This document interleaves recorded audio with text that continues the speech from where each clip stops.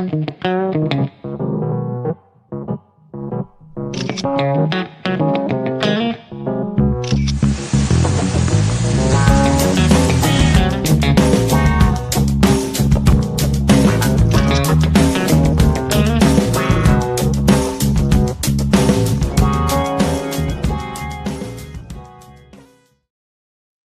good evening, Crime Crunchies. Thank you so much for joining me here today. I am your host, Courtney C., and we are Crime Crunchies, and you are my true crime hungry crunchies. As we get going, please remember to subscribe, like, comment, and share. Today is Wednesday, March 4th. Cannot believe it. We are on day 32 of Nancy Guthrie, which is just unbelievable. We do have some updates today that I want to dive right into. So let's go right to the goods. This is from people.com. We've been waiting on this glove, the glove that was 2 miles away from Nancy Guthrie's house. It was found on the ground, the black glove. Well, guess what? Traced to nearby restaurant worker, as sheriff explains what this means. So authorities are still searching for Nancy Guthrie.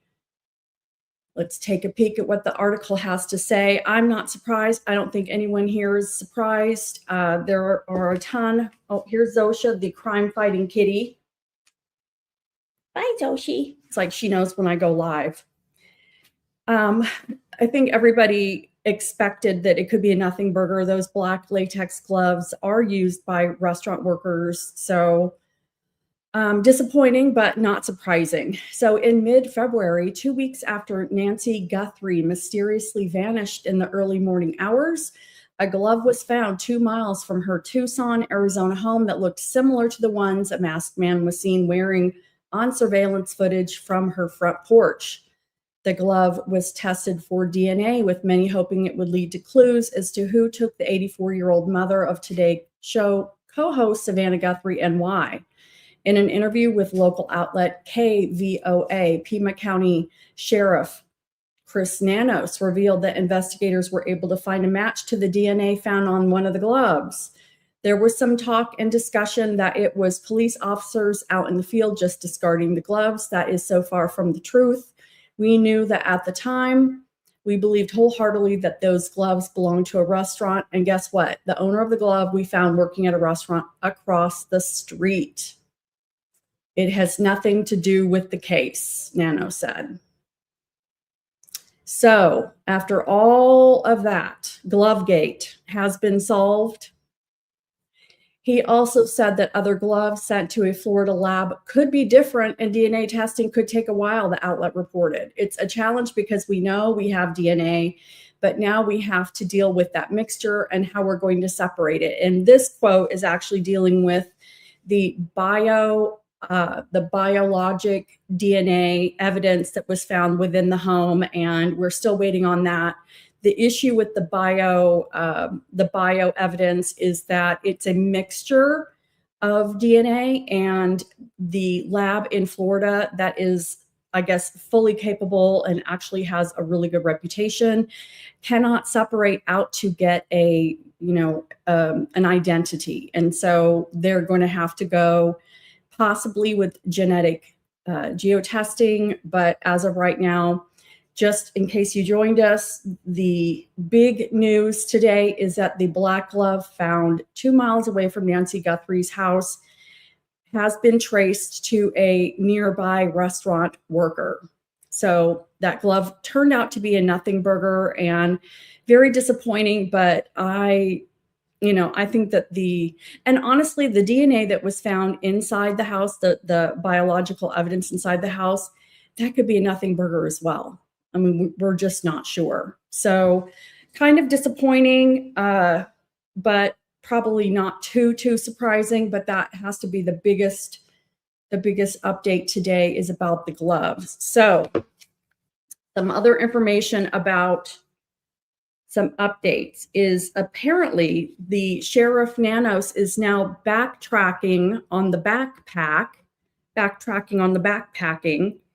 that apparently the backpack, the FBI has probably gone through Walmart purchase records and video recordings and has not gotten anywhere finding the suspect purchasing the backpack. And now Sheriff Nanos is saying that it's very possible that the suspect was given the backpack secondhand, purchased it secondhand, was a gift, because I am assuming that that means that they got nowhere searching for the actual purchase of the backpack. So it's hard to say exactly how the suspect came across the backpack or when, but it doesn't sound like they're able to take that path either to find anything about the suspect. So again, this guy is probably not the brightest bulb in the batch, but he's gotten very, very, very lucky with whatever he's done. He's gotten very, very lucky. And tonight I'm going to be taking a dive a little bit further into some of the theories that I've started talking about. And so hang tight, sit tight, and we're going to get into a lot of those as well. But I also wanted to mention, that Annie and Tommaso's car is planned to be returned and released to the owners. So the car that everybody, including myself, had been wondering about is going to be returned to its owners. And again, just reiterating that as of now, the family has been completely cleared of any connection with Nancy Guthrie's situation. So I'm really glad to see that. I'm really glad to hear that they did not have anything to do with it, just because of how disappointing this whole thing has been. I can't imagine how awful that would have been for Annie to be in this situation with her mother and then have to deal with some sort of issue with her husband as well. So I'm really glad that they are officially cleared and we can move on from that. But the abduction is still a brain scratcher. And, I got to thinking a little bit about what I've been talking about in the past few episodes that I've done. Saturday, day 28 podcast, I took a really deep dive into, I think that there are three prongs that people have been looking at. The first is burglary gone wrong, kidnap for ransom, and then abduction. So Saturday, day 28, my podcast took a really deep dive into how it would work out if this had been a burglary gone wrong. And so I went through an entire scenario and worked that whole thing out. And then 2 days ago on day 30, I took a dive down into comparing kidnap for ransom with abduction and looking at exactly what the breakdown and comparison are between kidnap for ransom and abduction. I pretty much have ruled out kidnap for ransom. And tonight I really wanted to go into a little bit deeper abduction, targeted abduction. So just a really quick, let me share my little screen again. Add to stage. So happy to see everybody here tonight. I hope everyone's having a lovely day, lovely week. All right, so let's just kind of do a quick review of some materials that I put together for my day 30 podcast. So I put together kind of a PowerPoint taking a look at how news anchors have been targeted. And I specifically looked at a couple cases that occurred in the last 30 years and how those happen, why it happens. And I'm not going to go through the two cases, but I wanted to talk about some of the highlights that I found. And let me just go into slideshow, make it a little bit bigger again. So anchors and stalkers, okay, because this is definitely some of the sub prongs that I'm peeling back when we're looking at a targeted abduction is why. And I've got a couple motives that I'm going to give tonight. But looking at historically how news anchors have been stalked, hurt, unalived, etc., that there have been several cases involving television journalists, including suspected stalkers. The nature of television creates a one-sided relationship. Viewers see anchors daily and may feel they know them personally. This false sense of familiarity can sometimes develop into obsession. Jill Dando's murder, which is one of the cases I reviewed, she was in England. Her murder investigation explored the possibility of a stalker. Investigators also considered stalking in the Jody Husen-Truitt case. She is a news anchor from Iowa. Never did find her, unfortunately. Very sad. Unfortunately, stalking behavior is not uncommon for television personalities. Local anchors often lack the security provided to national celebrities. They live in ordinary neighborhoods. They follow predictable routines, and predators can study those routines. There is one news anchor, and I don't remember the name. I didn't jot down any notes, but one of the sound bites that I noticed when I was reading about her is that this particular news anchor had a stalker for 30 years. And I mean, that sounds 3 days, 30 days is too much, but I cannot imagine having one for 30 years. And, one of the very first things the FBI would have done is sat down and done a complete victimology with each family member. They would have taken them in different rooms, done a drawn out complete victimology on Nancy Guthrie, and then would have done a complete drawn out victimology of each of the family members. Probably did some mini victimology on anybody who comes into Nancy's home, probably interviewed the friends that she is in a book club with, probably interviewed the church friends and neighbors. So, I mean, you've got to find every little nook and cranny out about Nancy and her family. You got to find those things out. And it's hard to say exactly what the link is, but perhaps, and what I'm going to do tonight, I'm going to go back through Savannah's Instagram messages after we talk about some of these potential motives. And I'm going to see if anything that she says in her Instagram messages might make sense along this line of thinking. So let's go to the end here. So patterns across cases. When examined together, these cases reveal several recurring themes. Predictable schedules. Morning anchors often leave home before sunrise. This creates vulnerability. Jody Husen-Truitt disappeared while heading to work in darkness. Predictability allows offenders to plan attacks. Public visibility. Television journalists are highly recognizable. Viewers know their faces and names. Sometimes they also know where they live. Visibility increases risk. Accessibility. Unlike celebrities, local anchors live ordinary lives. They lack bodyguards or gated communities. They often walk alone to their cars. This accessibility makes them easier targets. Obsession. Some cases involve suspected stalkers or obsessed viewers. Television creates the illusion of intimacy. This can lead to dangerous fixation. So the psychological impact, murders or unalives, I have to be careful for YouTube, and disappearances involving TV anchors have a unique impact. These are people audiences trust. They appear calm and authoritative.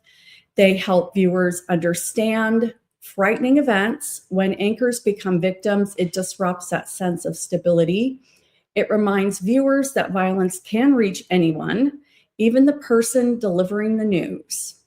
Several of these crimes remain unsolved decades later without witnesses or strong forensic evidence. Investigations stall. Time erodes memories and evidence, and justice becomes harder to achieve. And, while we're still early days in the Nancy Guthrie case, when you look at the larger picture, I know that we're all concerned that this, Walmart Wrangler on the front porch did a good enough job that, has he tightened it up enough that they're not going to be able to find him? Will this go cold? Can they find him? So I don't know. I know that people are saying that this is still early days, but in the first week, I'm thinking to myself, she could still be alive. We can't just say that, how long are we letting this poor woman sit somewhere? I don't think she's probably alive anymore, unfortunately, but there was a point where maybe she was. So, I mean, 30 days is too long. So, when I was looking at abduction, targeted abduction versus kidnap for ransom, I wanted to see what the difference was. And looking at a lot of other interviews and FBI people that are coming forward, retired FBI people, in the last few days, people have been kind of honing their motives with definitely not kidnap for ransom. And a lot of people have been saying that in their entire professional careers with FBI or law enforcement, they've seen 0 kidnap for ransom cases. And folks that have seen kidnap for ransom are very consistent in saying that this case is not that at all. And I think people are definitely going with more like targeted abduction. So, I've been going crazy trying to figure out why would somebody target Nancy Guthrie? And so we're going to look at a couple things tonight. And I just talked about news anchors being stalked. That's obviously low-hanging fruit here. Savannah Guthrie is, America's sweetheart. It makes sense that she would have somebody who might have been obsessed with her, felt that they had a relationship with her through the TV. And that's low-hanging fruit, meaning that one makes sense. But there are some other things about Nancy that I want to dive into. And I want to reiterate, everything I'm saying is speculation. And again, just, from an empath's perspective, trying to figure out human nature and why something like this would happen to an 84-year-old woman. I wouldn't even say these are my opinions. These are just theories. And so, I just want to make sure that everybody knows that there's complete speculation here. I wouldn't even say they're my opinions. They're just possibilities tonight, okay? So when we're looking at the main possibility behind targeted abduction, personal targeting rather than property crime. A burglary is about stuff. An abduction is about a person. And there's actually a snippet of a video we're going to see tonight where somebody asks Brian Enton if he's aware of anything being stolen from the home. And we've not gotten any information about anything being stolen. So, it doesn't seem like this person has been inspired by money. As of right now, on day 32, there's $1.2 million in reward money out there. And to our knowledge, the public's knowledge, nobody has squealed. And so money doesn't seem to be an object here. So let's take a look at this next part. If nothing of value was taken, or they're not interested in money, or if entry seemed staged, that often suggests the intruder came for her, not her belongings. Possible motives: grievance or personal conflict, obsession or fixation, revenge, control or intimidation. Burglars avoid human interaction. Abductors are willing to take it. That's a massive behavioral difference. So looking at these 4 bullet points: grievance or personal conflict. This to me has a dotted line to Nancy. Obsession or fixation to me has a dotted line to Savannah, considering she's a celebrity. Revenge. Is this a dotted line to Nancy? Is it a dotted line to Savannah? Did she get sent an email? Did she get sent a letter and ignored it? Savannah, I'm talking about. Did Savannah receive something from an admirer and she ignored it, or didn't do what the admirer wanted? And this is revenge. Control or intimidation. And again, I would say that this bullet point has a dotted line to Savannah. The FBI are going to be searching all of the emails because, again, it could be something that happened with Savannah that she may not even realize, something that may not have even stuck out to her. And if you think about the notes, I've watched a podcast. I want to give credit, but I can't remember. I watched so many, I can't remember exactly which one it was. But one of the profilers or FBI people was talking about the fact that if somebody was stalking Savannah, it's very possible that they could be linked to some of the ransom notes that really were just not ransom notes, but were sent to TMZ wanting her attention. And if they wanted a reaction from her, she gave it, because she released several Instagram videos where she's talking to the kidnapper. And if this is an obsession, this would have given the abductor, in an obsession or fixation situation, it would have given him some satisfaction because she's addressing him completely. Also with the revenge. Now, grievance or personal conflict. I think my last podcast, I even said, what possibly could have what could an 84-year-old woman possibly have done to cause one or two people to enter her house and harm her with the intent to harm her, unalive her, remove her? Okay. And I didn't really think about this, but it's very possible that, let's say she had somebody come and service her HVAC, or come and look at electricity or something in the home. The person on the front porch, we can't tell. He looked very light skinned. He could be white, he could be Hispanic. It's hard to say. Okay, so it's hard to say exactly who this is, so I'm not targeting anyone in particular. But what if she did come across some way to somebody? What if she had a tone in her voice? What if she argued with somebody? What if she ran into somebody at the Circle K that she goes to a lot, someone who works at the Circle K, and had a tone, or was snotty, or was condescending? Again, I'm not accusing her of anything. I'm just talking possibilities and speculation.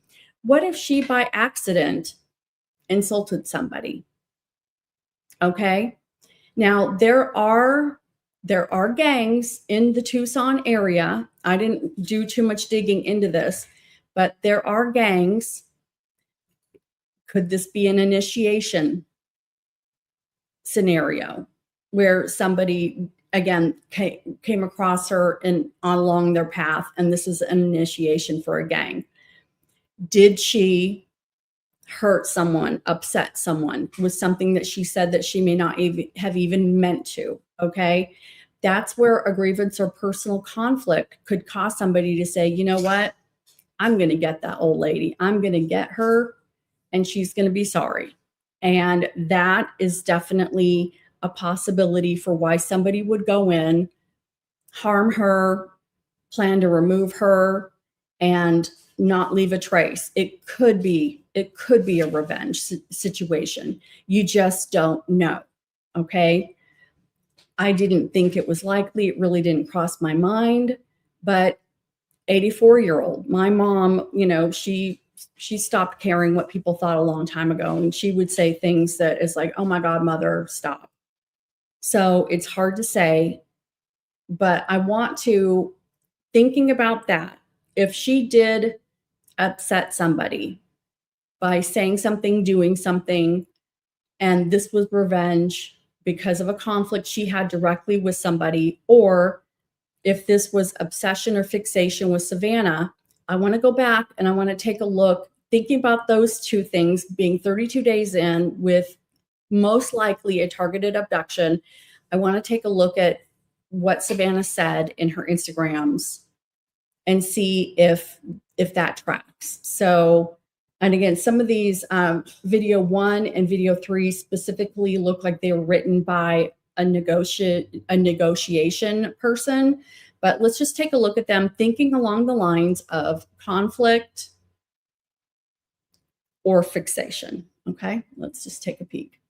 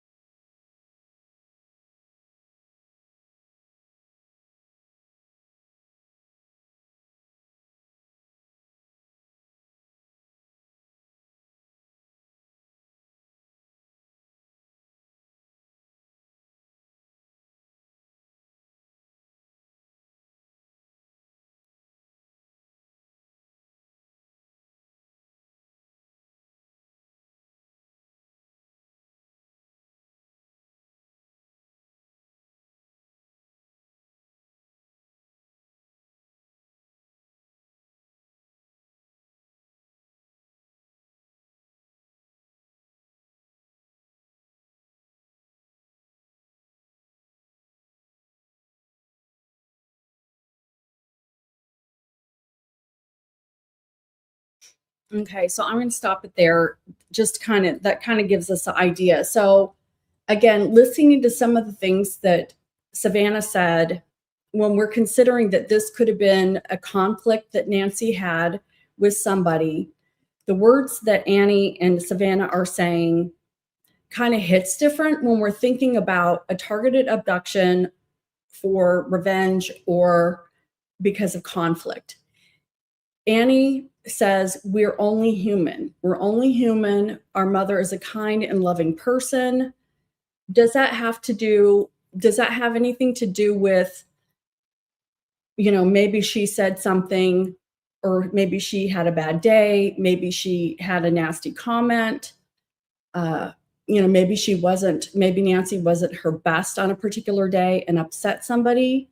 So listening to this post, when we're looking at it from that aspect of grievance or personal conflict that Nancy may have had with someone who came and abducted her out of revenge, it does kind of make sense as far as some of the words that they use. And I'm going to watch the second video here. And again, we're just taking a listen to this now, knowing that we believe off the table, we don't have on the table anymore burglary gone wrong or kidnap for ransom. And this is the path I'm going down tonight. I'm not saying that that's official.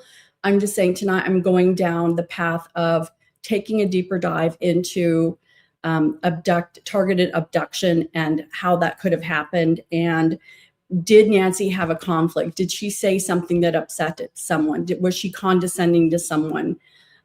Did she not shine as her best self? So let's take a look at this Instagram message and thinking about it from that angle. Let's see if Savannah says anything that directs that way.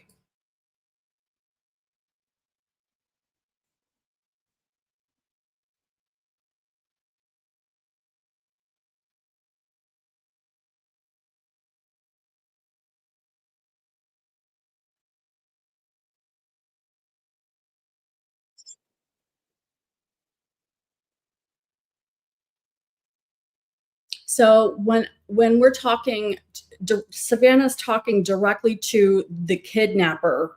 She's dealing with the notes that TMZ and the news station had gotten. If the kidnapper is someone who was obsessed or fixated with Savannah, which is another bullet point behind targeted abduction, obsession or fixation, even if he didn't want the ransom money because he never made it possible, there was no two-way communication between the family. This person has not accepted money and has not answered the reward of $1.2 million. If the person that abducted Nancy was obsessed or fixated on Savannah, money has not been a driver for the person who abducted Nancy. If he is obsessed or fixated on Savannah, getting Savannah to talk to him in her video could have been something that they wanted, okay? And if this person is behind the fake ransom notes, it could have been something to draw that attention out of Savannah and toward the abductor. And just by Savannah acknowledging the notes and talking to the kidnapper and saying, we hear you, we're ready to talk, we will pay, that could have been the payoff that the abductor wanted, was her attention. Because again, this abductor does not seem to be motivated by money, all right? So that could have been the payoff for the abductor, was just Savannah talking to him and addressing him in that second video. The first video, I feel like it was more, the words were, our mother is human. She's not a tool. She's not an object. She is a kind person. She's very loving. She's very loyal. So if she happened to have said something to upset you, Mr. Abductor, I'm sorry. We love her. She needs her medication. She's an older lady. Please return her. We need our mom. Okay.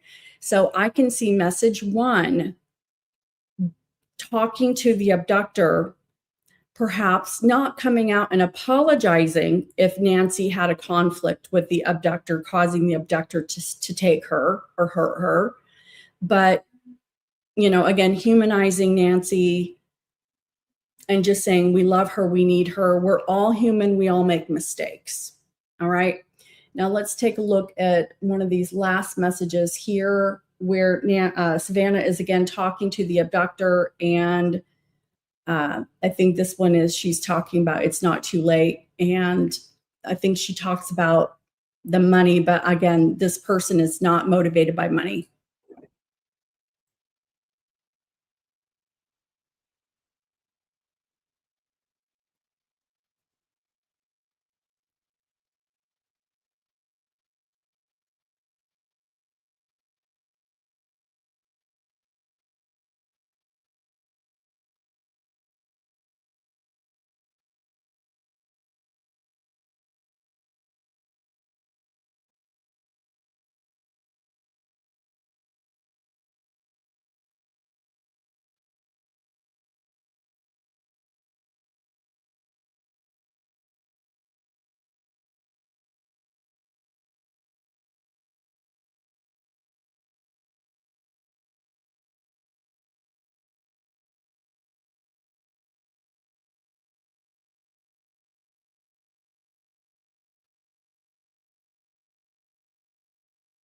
So again, in this message, she's saying it's never too late. Do the right thing.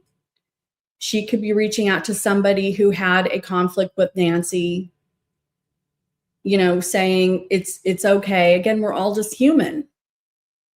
It's never too late. Please do the right thing. Find the light. Please, release our mother. And then again, the last message, which is truly awful, is where Savannah talks about the reward and really just wanting her mother back. But this abductor is not motivated by money that we know of. Okay. Nobody has come forward, and we suspect that there could be 2 people involved here because of the walkie-talkie, the car, blah, blah, blah.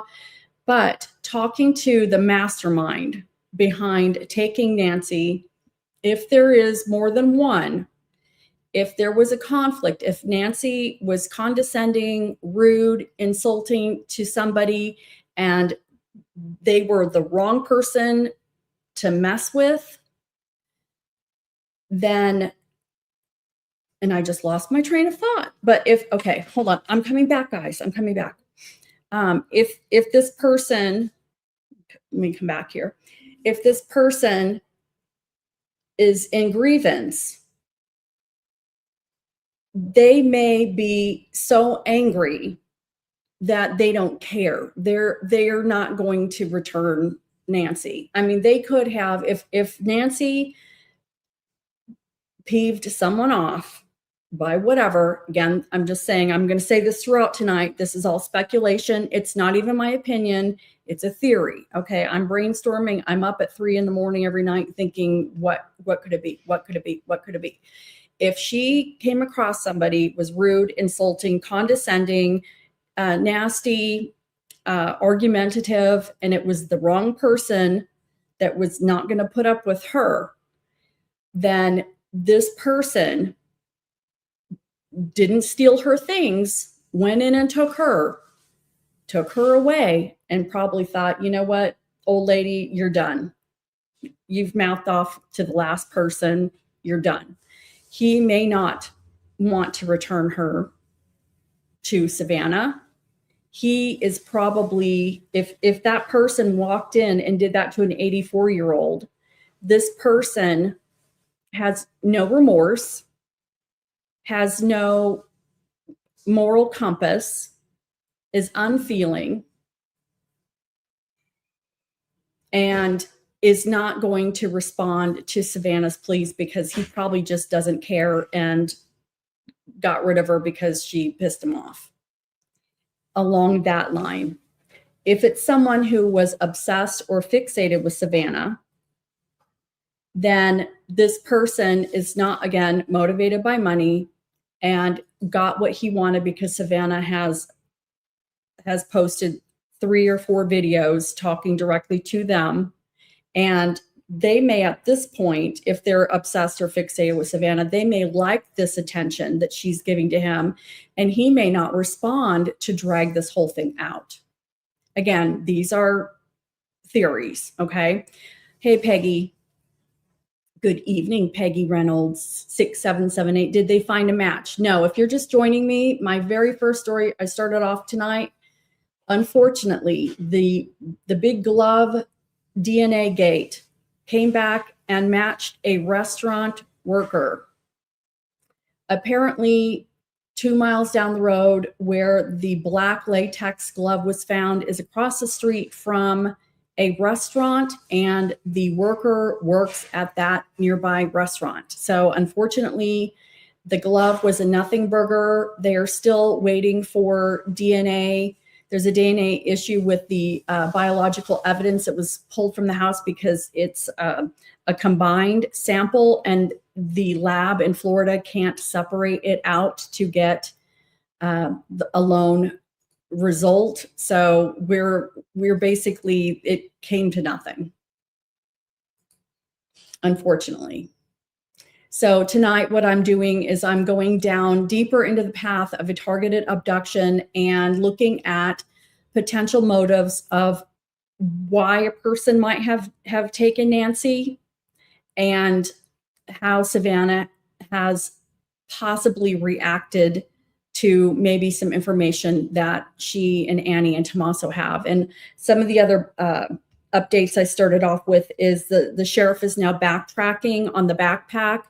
And apparently the FBI, and I'm paraphrasing here and probably adding lib, but we think that the FBI hasn't gotten anywhere finding records of this person purchasing that backpack anytime in the recent past with Walmart, because the sheriff is now coming out publicly saying that they're not sure that the suspect bought the backpack new.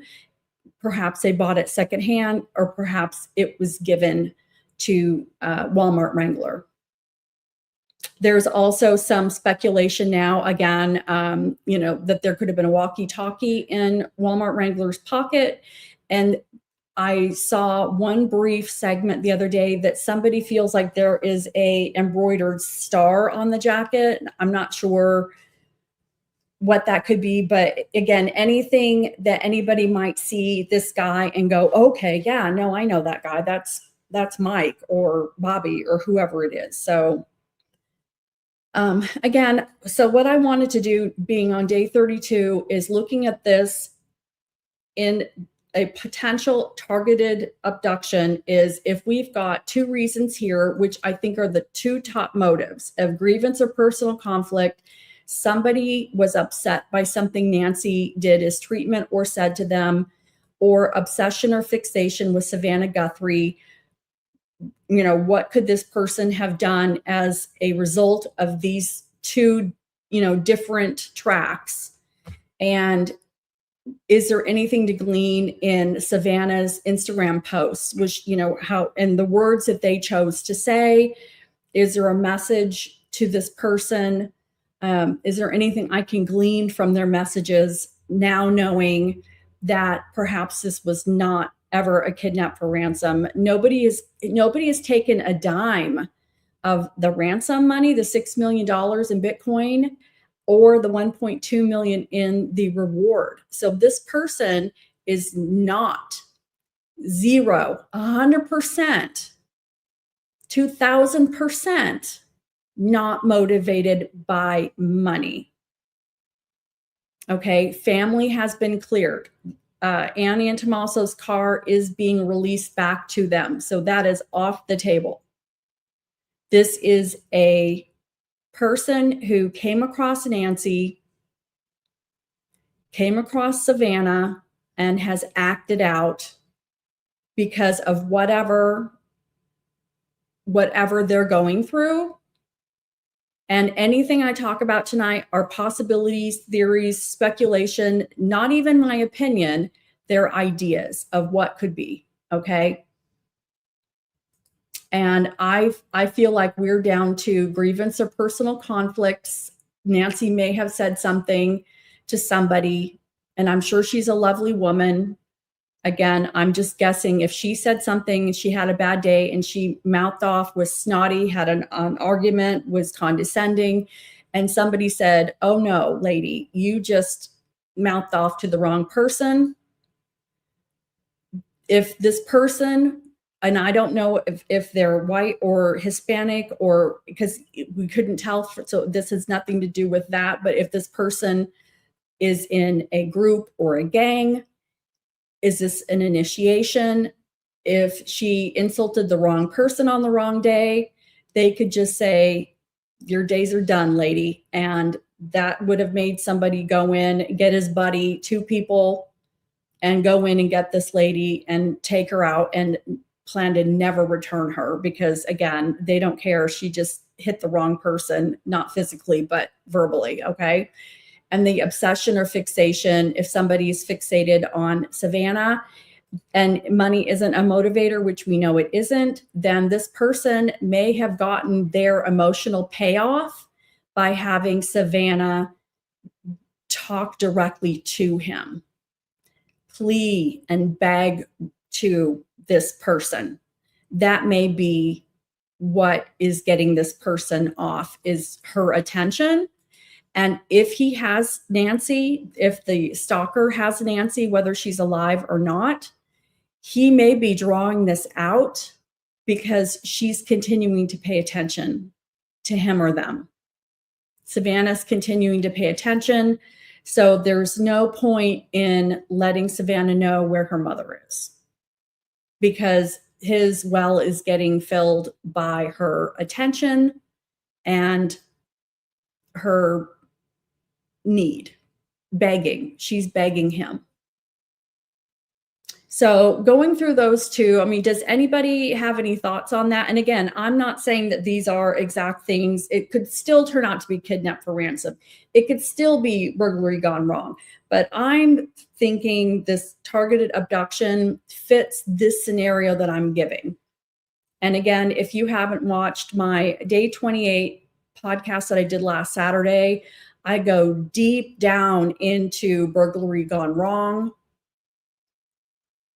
And I go through it to where that makes sense. So there's a couple different things going on here. And yes, I did look, and it looks like there are gangs there are initiation things that go on. And all right, so I wanted to see, again, what kind of person is going to hurt an 84-year-old? All right. I found a video in LA of an 84-year-old woman beaten by a serial assault suspect in East LA. So let's play this. It's 2 minutes long.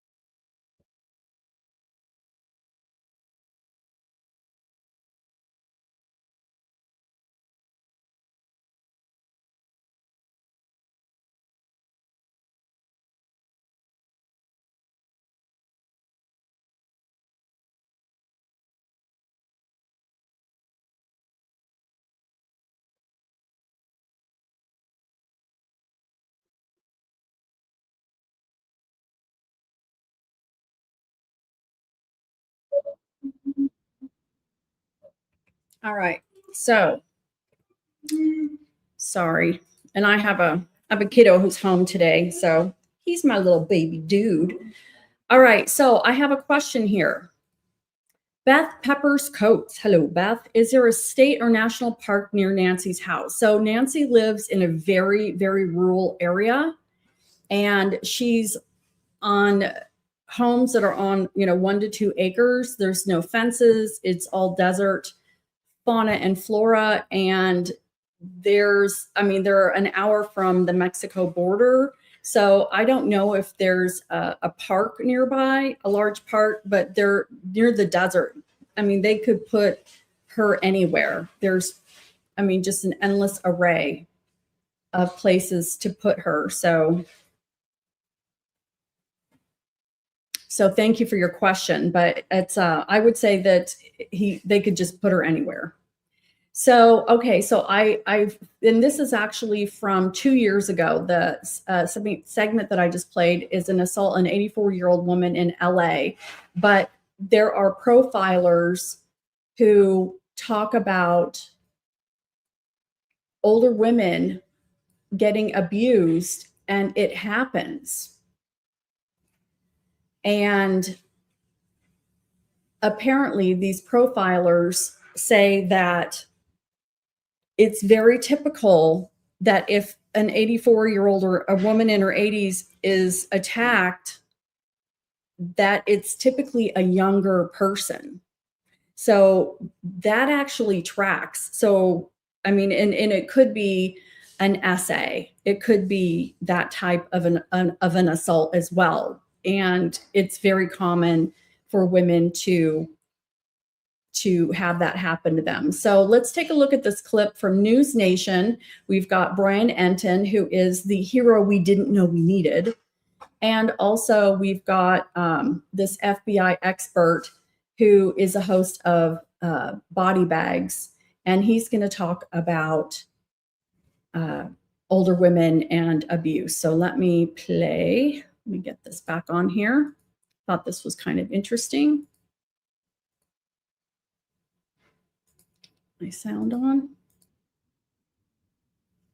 Whoopsie. Sorry, guys.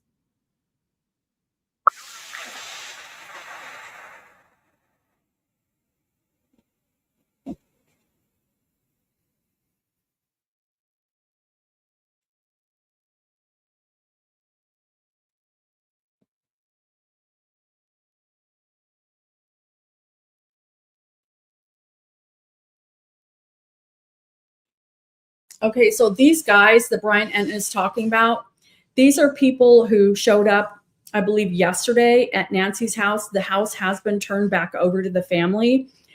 I suspect these are private investigators. Again, speculation. I think the family has hired private investigators.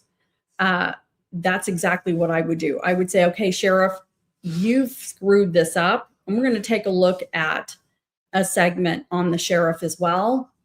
And I think the families hired their own team of people. And so that's what I think these are. But again, this is just my guess. So I think these are investigators.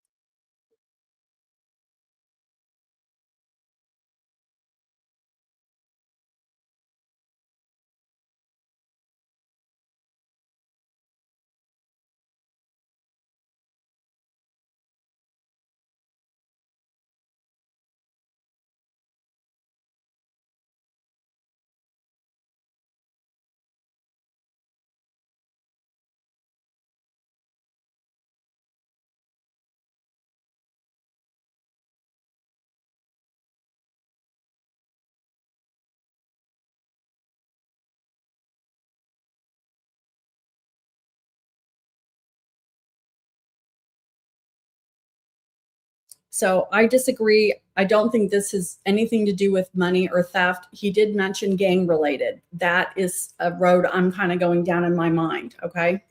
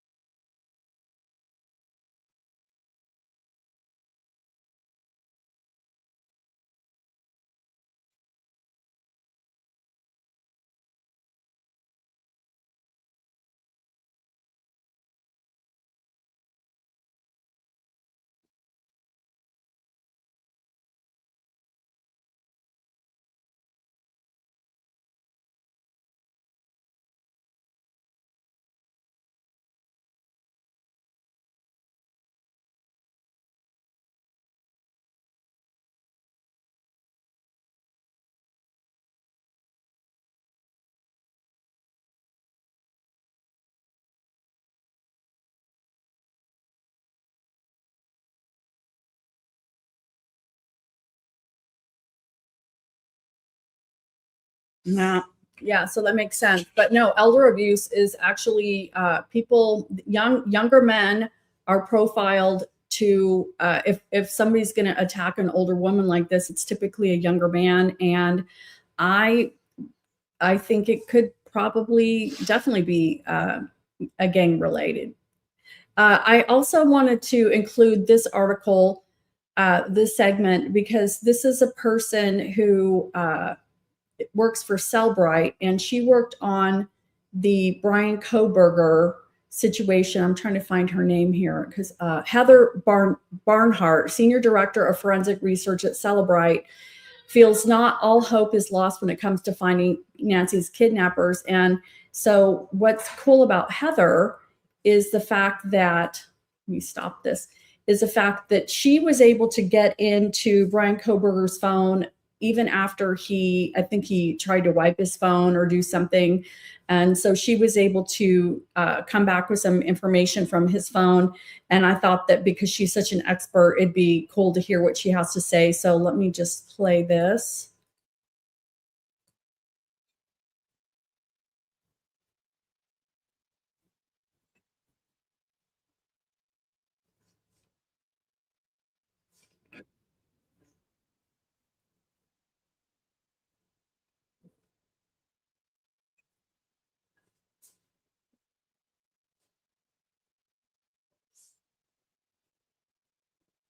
So this was very, very good.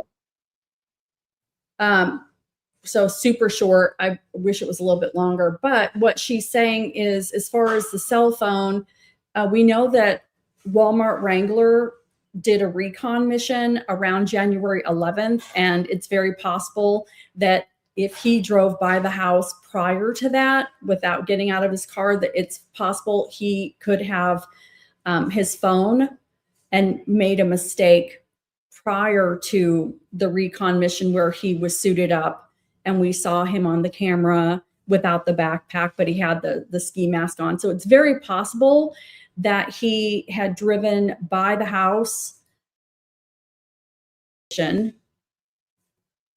and if they can just study phones, repeat phones once they clear out the neighbors' phones, because I'm sure that when they canvassed, that's probably one of the things that they did was they took all the neighbors' phone numbers down, because they're going to see what phones are going past these cell towers and pinging off these cell towers. And they can look for patterns. Okay.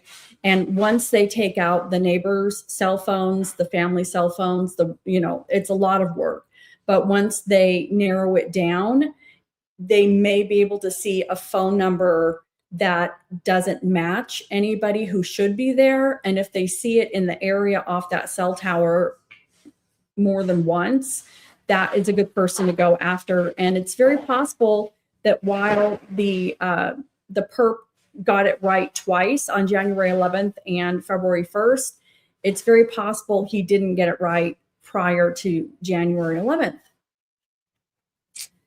All right, so let me just go down my little list. Yeah, so I think that I'm guessing that the people going up to Nancy's house could have been private investigators.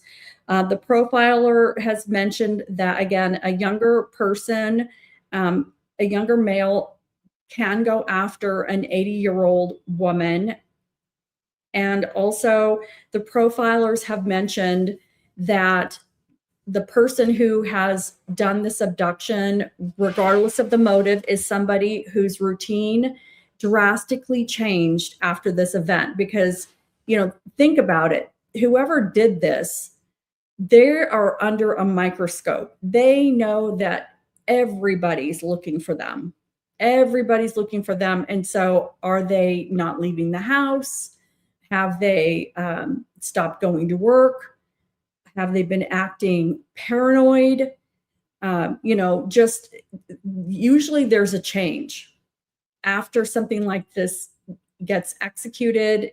As far as what they wanted to do, they could go into hiding. Just are they acting weird? And so I think that that's part of what the profilers and the FBI are looking for, is like, have you seen anybody who matches this description just acting really weird? Something's just not right with this person. And if so, call the tip line. And, I think everyone is still hoping that if the architect is not the Walmart Wrangler and the Walmart Wrangler was the helper, that person can make a deal. That person can get the reward anonymously, and or the feds will make a deal with this person in order to, get Nancy returned to the family in whatever condition it is. So again, it's early days. We don't have many answers. We're not going to get a lot of answers, but if anybody has any other theories, please type them in the comments. I love to see what you guys are thinking about. I say this like every podcast. True crimers, you guys are really smart. We're all real logical, critical thinkers. And, you guys have some really good theories, some really good ideas. And I want to hear them all too, because while I'm going down different rabbit holes and talking about possibilities and using speculation, that's until we have this thing solved, which I'm hoping it does get solved, then, I would say anything is on the table. All right, we've got ravioli, 999. I'm hungry. I'd like some ravioli. Tucson has a lot of mutual aid events, free clothing and stuff. Okay, that's awesome. Very cool. All right. Well, thank you so much, everybody. Please, continue to comment, and please do subscribe, do like this video. It helps the algorithm. I am trying to get to 10,000 subs. I'm hoping to get to 10,000 subscribers before CrimeCon. I am going to be there at CrimeCon.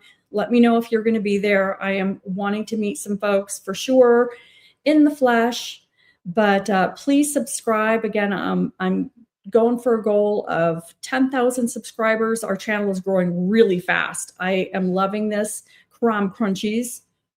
Loving the Crime Crunchies. So again, thank you so much for joining me. Again, my name is Courtney C. I was your host for Crime Crunchies. Please remember to subscribe and like and comment. I will be back very soon with more live content. Until then, take care and crunchy, crunch, crunch, a crunch, crunch, crunch. Have a good night, guys.